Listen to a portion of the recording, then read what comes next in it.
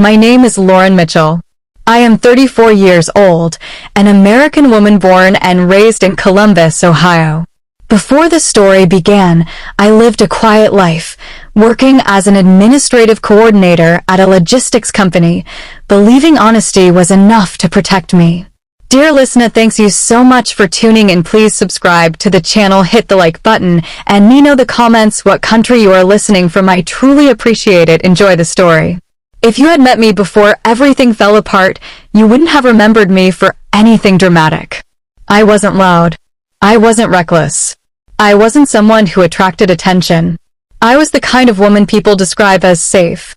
Safe choices. Safe routines. Safe life. I followed rules not because I feared punishment, but because I believed rules existed to keep people like me protected. I lived alone in a one-bedroom apartment on the east side of the city. It wasn't fancy. Old brick walls, creaky floors, and a heater that made strange noises in winter, but it was home. I paid my rent on time, waved politely to my neighbors, and spent most evenings reading or watching crime shows I never imagined would one day mirror my own life. Every weekday, my alarm rang at 6:15 a.m. I'd lie still for a moment, gathering the energy to face another ordinary day. I made coffee the same way every morning: medium roast, 2 sugars, a splash of milk. Routine comforted me. It gave me the illusion of control. That Monday morning felt no different. I remember brushing my hair back into a neat ponytail, putting on a navy blue blouse and black slacks. I checked myself in the mirror and thought I looked tired, but presentable. I had no idea that was the last time I'd see myself as just me. The walk to my car was quiet. The sky was pale blue, the air crisp. I listened to the radio, half focused on a news story about a crime across town. I remember thinking how awful it must be for the people involved. I remember thinking, thank God that's not my life. By 11:40 a.m., that thought would haunt me. The office where I worked was typical: rows of cubicles, humming printers, phones ringing endlessly. I had been with the company for 6 years. I was reliable, trusted, invisible in the way good employees often are. I handled schedules, reports, invoices. Nothing sensitive. Nothing criminal. Nothing that could explain what was about to happen. I was replying to an email when the room went unnaturally quiet. At first, I didn't look up.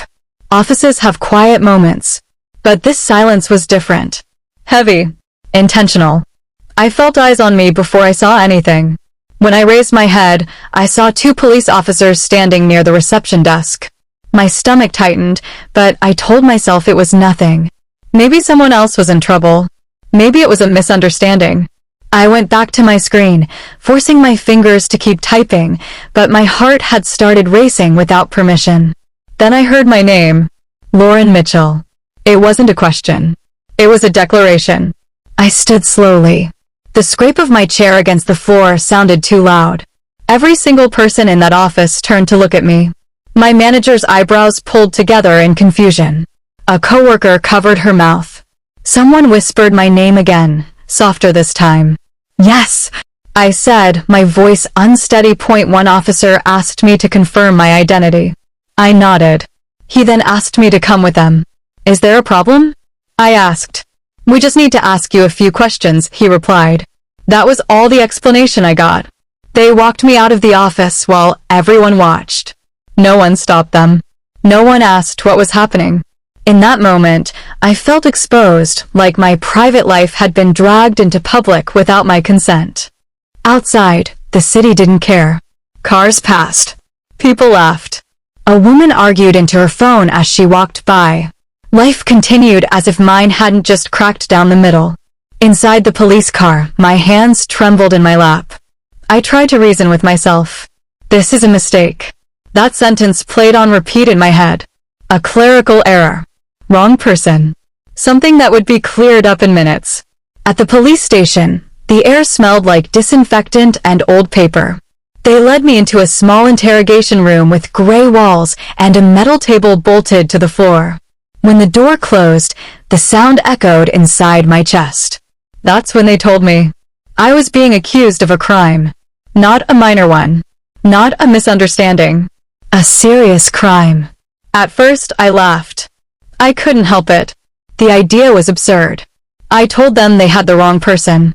I told them I had never done anything illegal in my life beyond a parking ticket. They didn't laugh. They started listing details, dates, times, locations. Names I recognized. Names I didn't. The more they talked, the more the room seemed to shrink.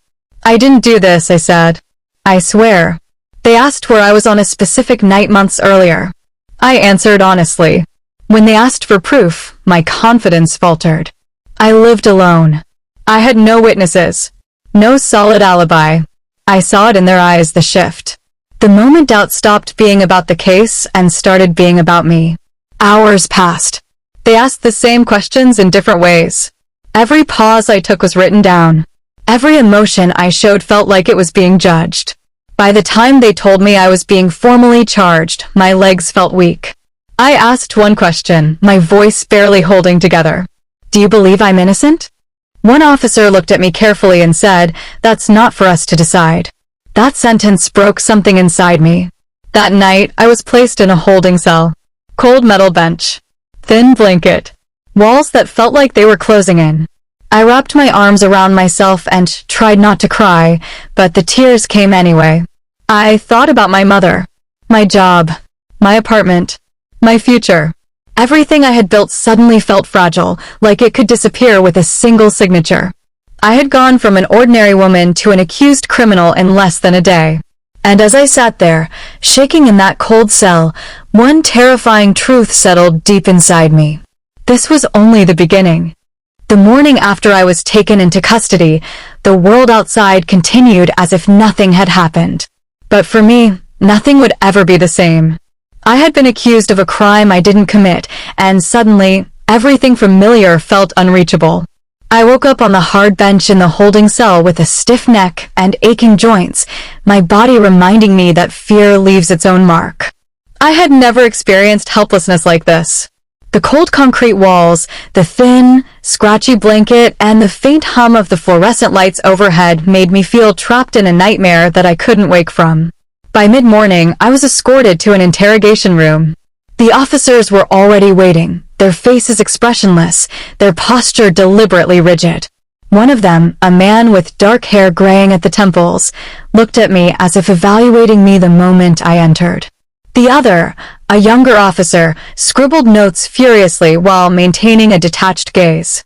The air smelled faintly of disinfectant and old paper, and the fluorescent light above flickered occasionally, making the room feel even colder and more oppressive. They wasted no time. "Lauren, we're going to go through some questions again," the older officer said. His voice was calm but carried the weight of authority, the kind of tone that makes you want to explain, apologize, and defend yourself all at once. I sat down, trying to keep my hands steady, trying to make my voice sound normal when I said, "Okay." The question started simply, almost benignly. Where had I been the night of the alleged crime? Who could verify my whereabouts? Did I know anyone involved? At first, I answered carefully, giving precise details, recounting hours, names, and locations as truthfully as I could. But with each answer, I noticed the skeptical looks. The way they exchanged glances when I paused for a second too long. The subtle shift in tone that implied my honesty was insufficient. It became clear very quickly. In this room, truth was meaningless unless it fit their narrative. I tried to keep my composure. I reminded myself that I was innocent.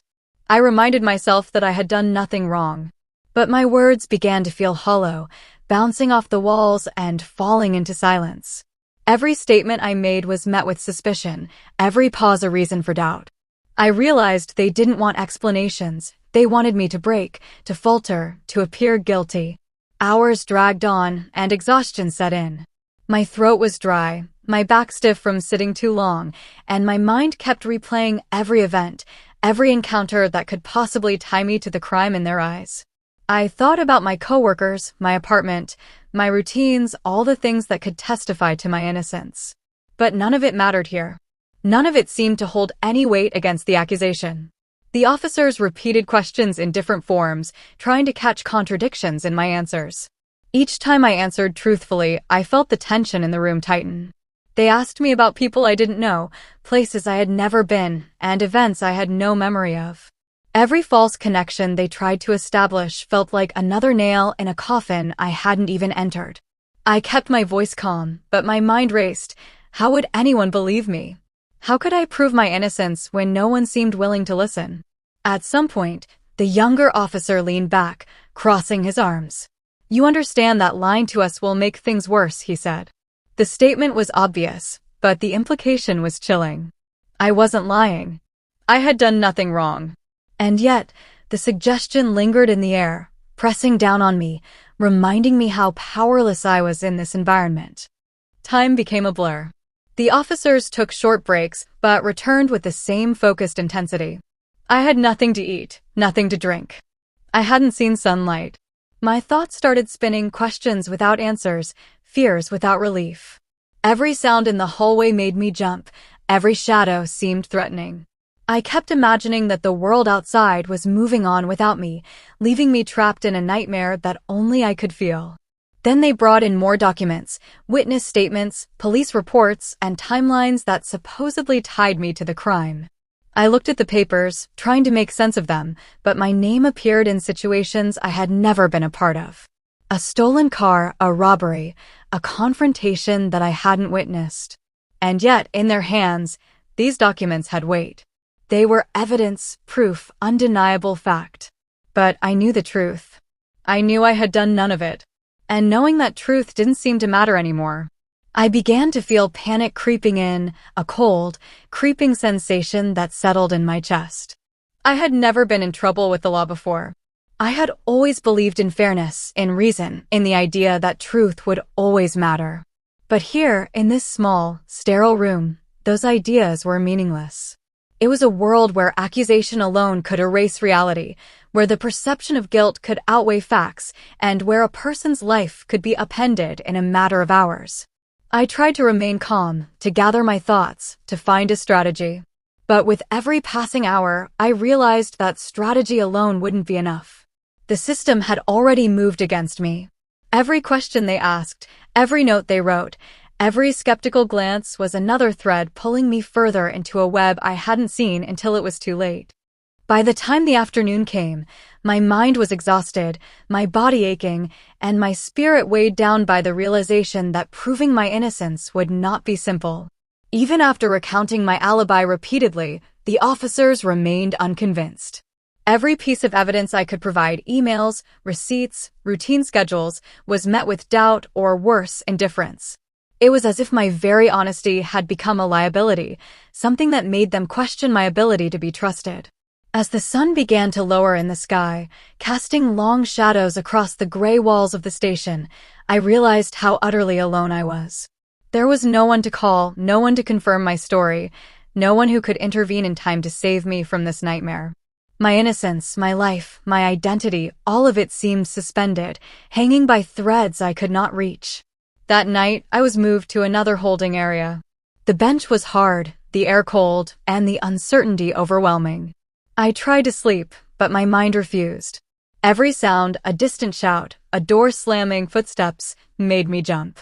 I felt the helplessness deepen, realizing that my life as I knew it had been replaced by a world where the truth no longer mattered, where I was fighting an invisible force that had already decided my fate. And in that moment, I understood something terrifying. Surviving this wouldn't be about innocence. It would be about endurance, strategy, and finding strength I never knew I had. Little did I know, this was only the beginning of a long, exhausting fight to reclaim my name, my freedom, and my life. The day of my first court appearance arrived like a storm I hadn't seen coming. I woke up before dawn in the holding cell, my stomach twisted in knots so severe that I couldn't even think straight. The fluorescent lights flickered above me as if mocking my panic.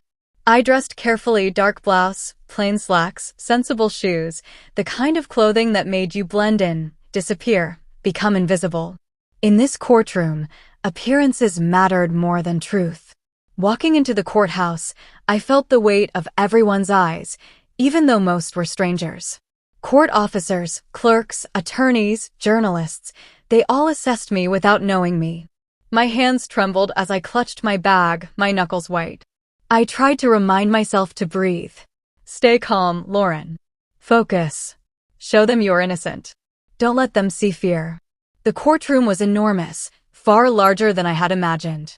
High ceilings, polished wood, rows of benches waiting to be filled with spectators. The judge's bench towered at the front, like some omnipotent throne. I was guided to the defendant's chair, a small space near the prosecutor, feeling like a tiny figure in a colossal arena.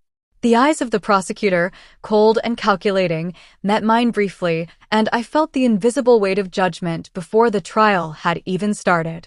My ordinary life felt like it belonged to someone else. Work, quiet mornings, reading on the sofa with a mug of coffee, irrelevant. I had been living peacefully, thinking honesty and routine would protect me. Now, the very air seemed hostile, every sound amplified, every glance a potential threat. I understood for the first time how quickly life could unravel. The prosecutor began speaking, summarizing the charges against me. Each word struck with the force of a hammer. I had never imagined that events I wasn't part of could be attributed to me so convincingly, with witnesses, reports, and timelines that made my life unrecognizable. My defense attorney, a calm woman named Margaret, whispered reminders, answer only what they ask. Keep your composure. Focus on facts. I nodded, though nodding did little to calm the storm inside me. My voice, when I spoke, was steady but soft. I realized quickly that the courtroom was a stage, and every expression, every gesture could be used as evidence against me. One wrong move, one hesitation, could be interpreted as guilt. The witnesses began to testify. The first was a neighbor who claimed to have seen someone matching my description near a crime scene. I recognized immediately that their memory was flawed, their account distorted. But the prosecutor presented it as fact. I felt a shiver run through me. How could I argue against perceptions that seemed more concrete than reality itself? Next came a store clerk, reporting a transaction supposedly made by me on the night of the alleged crime. My heart sank. I had never been there that night. I remembered the actual events clearly. I had been home, alone, reading, entirely unaware of the chaos that would now engulf my life. Yet the testimony was accepted at face value. The courtroom's acceptance of lies over truth filled me with dread. Each cross-examination by the prosecution was a test of endurance. They questioned minor details relentlessly, twisting them into inconsistencies. Did you leave your apartment at 8:30 or 8:45? Who else knew you were home? Can you confirm your whereabouts? Every question felt like a trap. Every answer, if imperfect, could be used against me. I began to understand the terrifying reality. In this courtroom, perception could outweigh truth. During a brief recess, I sat in silence, trying to steady my nerves. I closed my eyes, recalled my routine, my movements, my alibi. Receipts, emails, phone records. I tried to map out everything that could prove my innocence. But doubt gnawed at me. Could any evidence truly counter the weight of witness testimonies, reports, and the relentless skepticism of the prosecution? Could anyone really see the truth when the system seemed designed to favor appearances over facts? When the trial resumed, more witnesses were called. Some vaguely remembered interactions, others outright misidentified me. I watched as the jury took notes, their faces impassive, unreadable. I could feel the tension in my chest building. I had never felt so small, so powerless, so scrutinized. Every word I spoke, every breath I took, seemed to be evaluated for hidden meaning, interpreted as possible guilt. My defense attorney did her best to counter each accusation. She introduced records, photographs, and alibis. But the prosecution responded with equal fervor, questioning the validity of each piece of evidence, highlighting minor inconsistencies, and painting a narrative in which I was guilty by association. I realized with horror that proving innocence required perfection, and no human being, no matter how honest, could meet that impossible standard flawlessly. By late afternoon, I was mentally and physically drained. My hands shook, my throat was sore from constant speaking, and my back ached from hours of sitting tensely. Yet I had to remain composed. I had to appear credible, focused, and calm, no matter how exhausted I felt. I clung to the smallest fragments of hope. If I stayed strong, if I remembered every detail, if I presented every piece of proof correctly, maybe they would see the truth. I watched the jury carefully. Their faces were a mask of neutrality, but I knew that every hesitation, every perceived mistake could influence them. I realized that my survival depended not just on my innocence, but on my ability to navigate a system that seemed to reward suspicion over fact. Each day would be a test of endurance, mental agility, and emotional strength. At the end of the first day, the judge adjourned the proceedings. I was escorted back to the holding cell, my legs trembling from both fear and fatigue. I collapsed onto the hard bench, letting the exhaustion wash over me. The cell was silent except for the distant hum of fluorescent lights and the occasional shuffle of other inmates. I tried to sleep, but my mind raced, replaying every testimony, every cross-examination, every look from the jury and prosecutor. I thought of my life before this nightmare. I remembered the quiet mornings, the comfort of routine, the small pleasures that had once defined my existence. They seemed so distant now, like a dream from another world. But amidst the fear and despair, a small spark of determination began to grow inside me. I would not be broken by false accusations. I would fight, endure, and survive. The first day of court had taught me a harsh lesson. Innocence alone was not enough. Strength, perseverance, and careful strategy were my only allies. I understood that the days ahead would test every fiber of my being. Each moment in that courtroom was a battle, and I had to emerge victorious, not just to prove my innocence, but to reclaim my life. As I lay down that night, exhausted but resolute, I promised myself I would survive this. I would fight for my freedom, for my name, and for the truth. And no matter how long the trial lasted, no matter how relentless the accusations, I would not let them define me. Tomorrow, the courtroom doors would open again, and I would face another day of scrutiny, challenge, and endurance. But I was beginning to understand something vital. I was stronger than I had ever known, and this trial, no matter how grueling, would not break me. The next morning, I woke before sunrise, the cold holding cell floor pressing against my back as I tried to gather my thoughts. Sleep had been fragmented at best. The faces of the witnesses, the weight of the accusations, and the harsh words of the prosecution replayed endlessly in my mind. Every detail of the trial so far felt like a challenge to my very existence. I had learned quickly that the courtroom was a place where perception mattered more than truth. One misstep, one hesitation, one faltering statement could be used to paint a picture of guilt that had nothing to do with reality. My attorney, Margaret, had spent the night preparing strategies, reviewing evidence, and planning how to counter the prosecution's narrative. As I was escorted to the courtroom, the weight of the situation pressed down on me. The hallways smelled of polished wood and disinfectant, every footstep echoing ominously.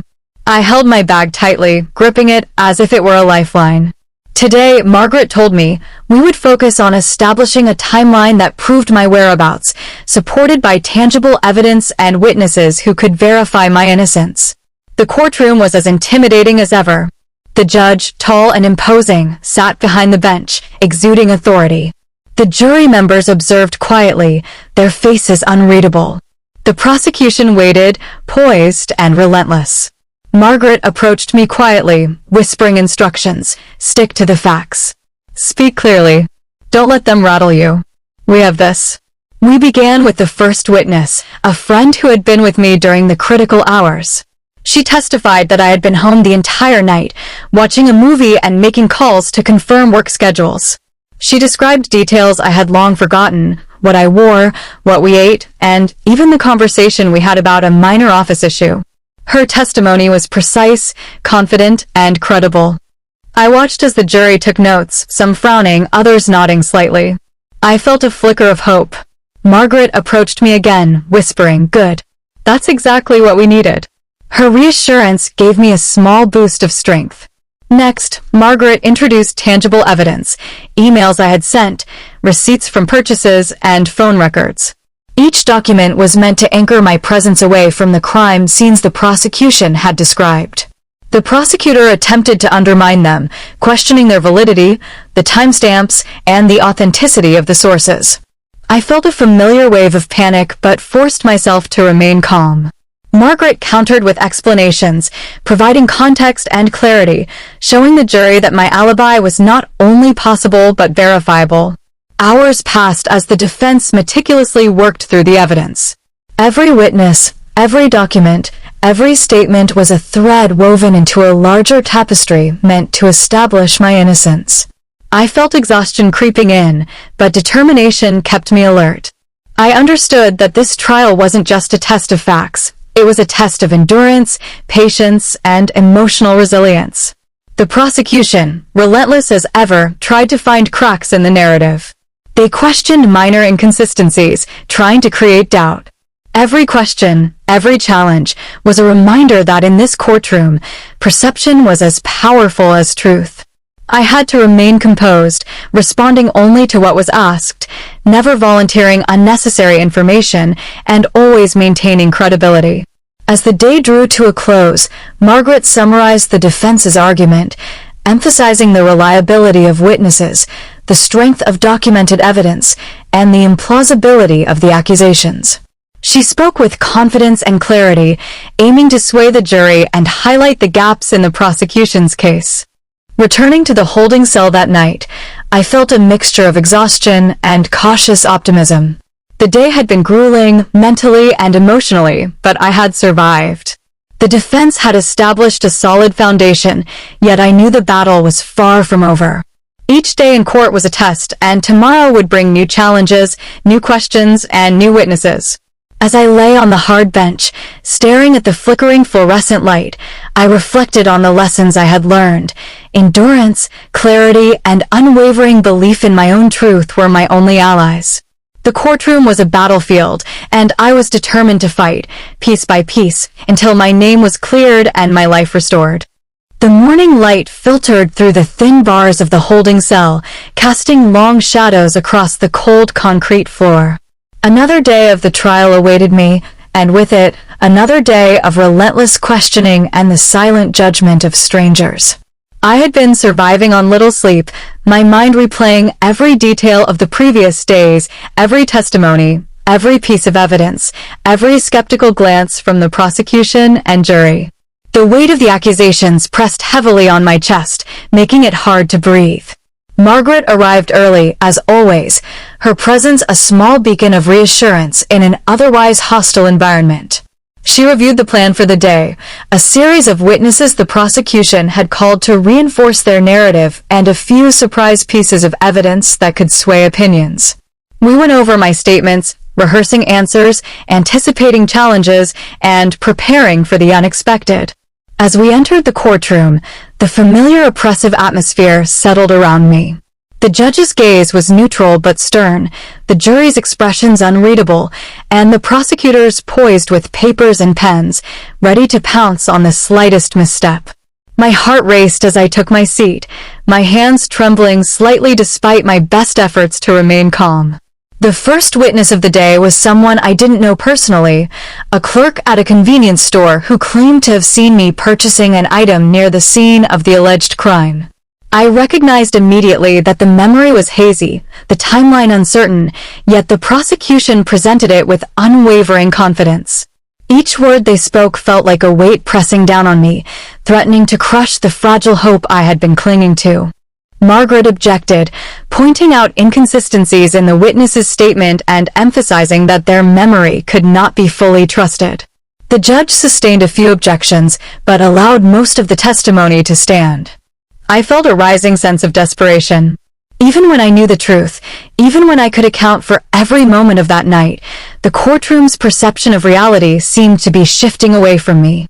Next came the introduction of documents the prosecution claimed were new evidence, phone records, GPS data, and surveillance footage that allegedly placed me near the crime scene. My stomach dropped as I reviewed the records. The timestamps seemed to align in a way that contradicted my own memories. I had no recollection of being at those locations, yet the evidence suggested otherwise. Margaret reviewed the data carefully and cross-referenced it with my own phone records, demonstrating discrepancies in the prosecution's timeline.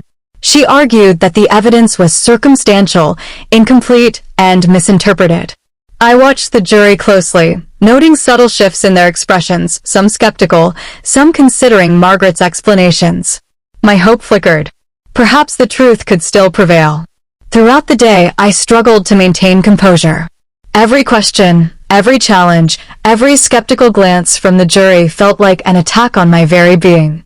I had never experienced such intense scrutiny, such a relentless examination of my life, my actions, and my words. The courtroom had become a battlefield, and I was fighting not only to prove my innocence, but to preserve my sanity. By the afternoon, exhaustion was setting in. My throat ached from speaking, my eyes were strained, and my body felt heavy with fatigue. Yet I knew I had to stay alert. Every moment of weakness could be exploited. Every hesitation could be interpreted as guilt. I focused on my breathing, repeating a silent mantra, I am innocent. I am telling the truth. I will survive this. Margaret called a surprise witness, an employee from my workplace who confirmed my presence at the office during the time of the alleged crime. She described interactions, emails, and tasks I had completed, providing concrete evidence to support my alibi. Relief washed over me, but it was tempered by the knowledge that the prosecution would continue to challenge every point, every detail. The day ended with closing arguments from both sides. The prosecution painted a narrative of suspicion, weaving together fragments of evidence and testimony to create a story in which I appeared guilty. Margaret countered with clarity and precision, highlighting the inconsistencies, the unreliable witnesses, and the gaps in the prosecution's case. I listened, exhausted but resolute, knowing that the battle was far from over. Returning to the holding cell that evening, I felt a mixture of despair and determination. The trial had been grueling, testing every ounce of my strength, patience, and resilience. I realized that surviving this ordeal would require more than innocence. It would require endurance, strategy, and an unwavering belief in the truth. As I lay on the hard bench, staring at the flickering light above, I reflected on the lessons of the day. Every detail mattered, every word could be twisted, and every perception could influence the outcome. I knew the days ahead would be even more challenging, filled with new witnesses, new evidence, and new attacks on my credibility. Yet amidst the fear and uncertainty, a small spark of determination burned within me. I would fight. I would endure. I would reclaim my life, my name, and my freedom. And no matter how long it took, I would not allow the false accusations to define me. Tomorrow would bring new challenges, and I was ready to face them, armed with truth, resilience, and the growing strength I had discovered within myself. The morning of the sixth day of my trial began like all the others, cold, gray, and heavy with tension. I woke in the holding cell, my body aching from days of exhaustion, yet my mind alert, scanning every possible outcome of the courtroom proceedings ahead. Margaret arrived early, her calm presence a lifeline I clung to amidst the chaos of this legal nightmare. Today, we were set to introduce key evidence that could shift the course of the trial. Margaret spent the car ride reviewing every detail, outlining the strategy with precision. "Lauren," she said softly, "today is critical. We have to be clear, concise, and confident. This evidence could change everything." Her reassurance steadied my nerves, though the weight of the day still pressed heavily on my chest.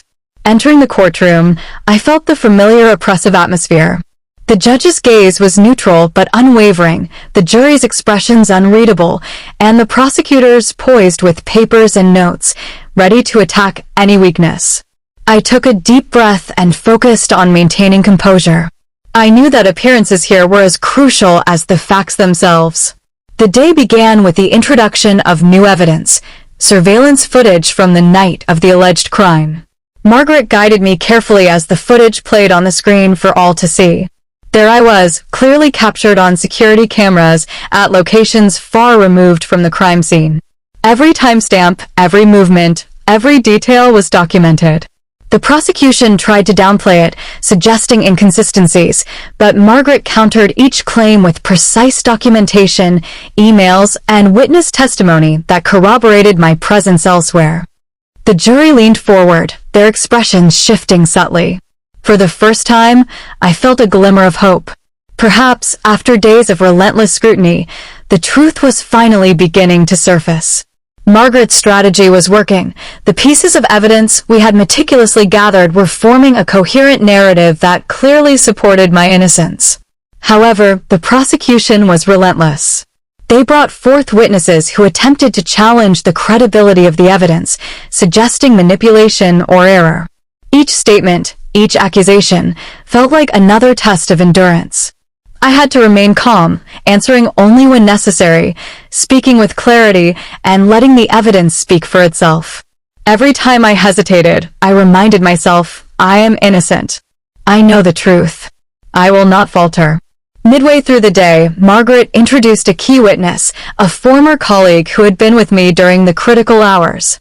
This individual provided a detailed account of my whereabouts, actions, and conversations, corroborating my alibi with precise recollections. The witness described small details, what we ate, what emails were sent, even the time we left the office, that no one could fabricate. I watched the jury closely, noting subtle nods, slight changes in posture, and attentive expressions that suggested the narrative we were presenting was beginning to resonate. The prosecution attempted to discredit the witness, questioning their memory and potential biases. Margaret skillfully countered, highlighting the consistency of the testimony and the corroborating evidence from multiple sources. The courtroom tension was palpable, each exchange a high-stakes battle of words and perception. As the day progressed, I noticed a shift, not dramatic, but tangible. The jury's attention was sharper, more focused on the details we presented, and less swayed by the speculative claims of the prosecution. Margaret's confidence, combined with the strength of our evidence, created a momentum I had not felt since the trial began. By late afternoon, the pace of the proceedings slowed, allowing me a brief moment of reflection. I realized how far I had come in just a few days. I had endured relentless questioning, scrutiny, and attempts to undermine my credibility, yet I remained steadfast. My resilience, combined with careful preparation and unwavering belief in my innocence, was beginning to make an impact. Returning to the holding cell that evening, I felt a mixture of exhaustion and cautious optimism. The day had been grueling, testing every ounce of my strength, patience, and focus, but it had also revealed a turning point. For the first time, I sensed that the narrative of innocence we were presenting might prevail. As I lay on the hard bench, my body tired, but my mind alert, I reflected on the lessons of the day. Endurance, clarity, and unwavering belief in my own truth were my greatest allies. The courtroom was a battlefield, and each day was a test of not only facts, but of emotional fortitude and strategic thinking. I knew that the days ahead would be equally challenging, filled with new witnesses, cross-examinations, and attempts to undermine the progress we had made. Yet, amidst the fear and uncertainty, a small spark of determination burned within me. I would fight. I would endure. I would reclaim my life, my name, and my freedom. And no matter how long it took, I would not allow the false accusations to define me. Tomorrow would bring new challenges, but I felt ready. Armed with truth, resilience, and the growing strength I had discovered within myself, I was prepared to face whatever the courtroom would throw at me next. The seventh day of the trial began with a chill that seemed to seep into my bones, reflection of the tension that had settled over the courtroom. I woke in the holding cell, stiff and weary, yet mentally alert. Sleep had been minimal, fragmented by worry and fear, but today would demand my full presence. Margaret arrived early, as always, her calm demeanor a stabilizing force amidst the storm of accusations and scrutiny. "This is the day we face cross-examinations," she said quietly. "They will challenge everything you've said. Stay focused. Stick to the facts. Don't let them rattle you." I nodded, gripping my bag and repeating silently, "I am innocent. I know the truth. I will not falter." Walking into the courtroom, the familiar atmosphere enveloped me. The high ceilings, polished wooden benches, the imposing judge's bench, and the jury whose expressions were carefully neutral. The prosecution sat poised, papers in hand, ready to dissect my every word. Every step I took toward the defendant's chair felt like moving through a gauntlet, the weight of their scrutiny pressing down on me. The first witness to cross-examine me was a neighbor who had allegedly seen me near the scene of the crime. Their account had been vague, but the prosecutor aimed to make it sound definitive. They asked pointed questions, probing for hesitation, gaps in memory, or inconsistencies in my story. Each question felt like a trap, and I answered carefully, stating only what I knew to be true. As the questioning continued, the prosecutor shifted tactics, trying to confuse and unsettle me. They asked about minor details from months ago, dates, times, and interactions that I barely remembered. My heart pounded, but I forced myself to remain calm, answering truthfully while avoiding unnecessary elaboration. Margaret leaned over, giving subtle cues, reinforcing my focus. Next, they attempted to challenge my alibi. They questioned my coworkers, trying to imply that our recollections could be biased or unreliable. They highlighted small discrepancies in timing, hoping to create doubt. Each challenge was a psychological test, a way to make me question my own memories. I took a deep breath, grounding myself in the reality I had lived, and responded with clarity and confidence. I recounted every detail I could verify, every email, every phone call, every observable action that placed me away from the crime. The prosecutor's tone grew sharper, almost accusatory, as they tried to paint me as deceptive. Their words struck like blows, but I refused to let them affect my composure. Margaret stood firm, objecting where necessary, countering their arguments with evidence and reason. The courtroom became a tense battlefield of words, each side presenting its case, each moment a delicate balance between perception and truth. Throughout the day, I felt waves of fear, frustration, and determination. The cross-examinations were grueling, exhausting both physically and mentally. My voice grew tired, my hands ached from tension, and my mind constantly calculated how to present my answers without giving the prosecution any advantage. I realized that in this courtroom, survival depended not just on innocence, but on endurance, strategy, and emotional control. At one point, the prosecutor brought up a new piece of evidence, a photo that supposedly placed me near the scene. My pulse quickened as they displayed it on the screen, but Margaret immediately intervened. She pointed out discrepancies. The timestamp didn't match, the location was misinterpreted, and the context was missing. The jury listened attentively as she dismantled the prosecution's claims, reinforcing the credibility of my account. Later, I was asked about minor personal details, relationships, and interactions that seemed irrelevant, but were designed to create suspicion.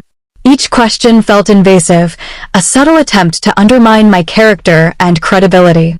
I answered calmly, maintaining my composure, careful not to give the prosecution any material to use against me. By mid-afternoon, I felt the cumulative weight of the day pressing down on me. Yet I noticed subtle signs of shift. The jury leaned forward more attentively. Some nodded slightly at Margaret's explanations, and the skeptical glances of the prosecution occasionally wavered. The evidence we had prepared, combined with my truthful responses, was beginning to counteract the narrative the prosecution had been trying to construct. The final cross-examination of the day focused on inconsistencies in witness testimonies presented by the prosecution. Margaret skillfully highlighted contradictions, gaps, and unreliable recollections, systematically dismantling the arguments against me. I observed the jury's expressions closely, noting the impact of each point, and felt a cautious sense of hope. When the judge adjourned the court for the day, I was escorted back to the holding cell, my body exhausted, but my mind sharper than ever. The cross-examinations had been intense, testing every aspect of my knowledge, memory, and composure. I realized that surviving this trial required not only factual accuracy, but emotional resilience and strategic thinking. As I lay on the hard bench that night, I reflected on the lessons of the day, the importance of clarity, the power of evidence, and the need for unwavering composure. The courtroom was a battlefield, and each day brought new challenges, new pressures, and new opportunities to assert the truth.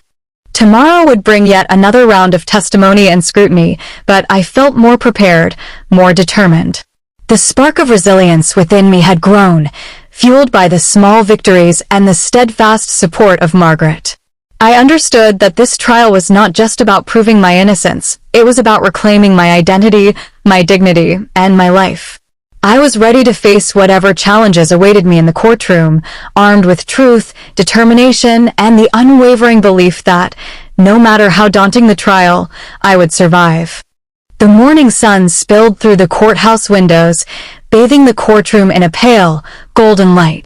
It should have felt warm and comforting, but for me, Lauren Mitchell, it carried a weight of anticipation and anxiety unlike anything I had ever experienced. Today was the final day of my trial, the day when all the evidence, testimonies, and arguments would culminate into a verdict that could either restore my life or shatter it beyond repair. I woke before dawn in the holding cell, my body sore and my mind still haunted by the days of relentless scrutiny, cross-examinations, and the constant fear of being falsely condemned. Sleep had been minimal, but determination kept me awake and alert. Margaret, my steadfast attorney, arrived early, reviewing the final strategy and reassuring me that we were prepared for any last-minute surprises the prosecution might throw at us. "Lauren," she said, placing a hand lightly on my shoulder, "everything we've done has led to this moment. The jury has seen your truth. Trust in that. Stay calm, clear, and focused." Her voice, steady and confident, became the anchor I desperately needed. I nodded, repeating my silent mantra, "I am innocent. I am telling the truth. I will survive." Entering the courtroom, I was acutely aware of the tension that hung in the air. The judge's imposing presence, the attentive jury, and the poised prosecution made the familiar courtroom feel like a battlefield. Every step I took toward the defendant's chair felt deliberate, measured. I could feel the eyes of every person in the room, but I forced myself to focus on the facts, on the truth, and on the resilience I had nurtured over the past weeks. The morning began with final testimonies and the last round of evidence. Margaret called witnesses who had first-hand knowledge of my whereabouts, including friends, colleagues, and a neighbor who had initially been misquoted by the prosecution. Each testimony reinforced my alibi, adding clarity and consistency to the narrative we had painstakingly built. I listened intently as they described events in detail, the time I spent at work, conversations we had, and small, mundane actions that now served as irrefutable proof of my innocence. The prosecution attempted one last series of challenges, questioning minor discrepancies and emphasizing supposed contradictions. But their words fell flat against the weight of the cumulative evidence. Margaret responded with precision, pointing out inconsistencies in their claims, validating my alibi, and dismantling the narrative of guilt that had been constructed. I felt a surge of hope. For the first time, I sensed that the truth was finally prevailing. Hours passed as arguments and rebuttals continued. I maintained my composure, speaking only when necessary, letting Margaret present the case and counter the prosecution's assertions. Every moment felt like a test of endurance, yet I could feel the tension in the courtroom shifting subtly. The jury's expressions were more attentive, more engaged with the defense's narrative, and less swayed by the prosecution's claims. Finally, the judge called for closing statements. The prosecution attempted to summarize their case, but their arguments felt hollow against the mountain of evidence proving my innocence. Margaret's closing statement was calm, clear, and powerful. She recapped every piece of evidence, every testimony, and every discrepancy in the prosecution's case. Her words were a meticulous reminder that the truth, no matter how delayed, could not be suppressed forever. I sat in silence, my heart pounding as the jury retired to deliberate. Every second stretched into an eternity.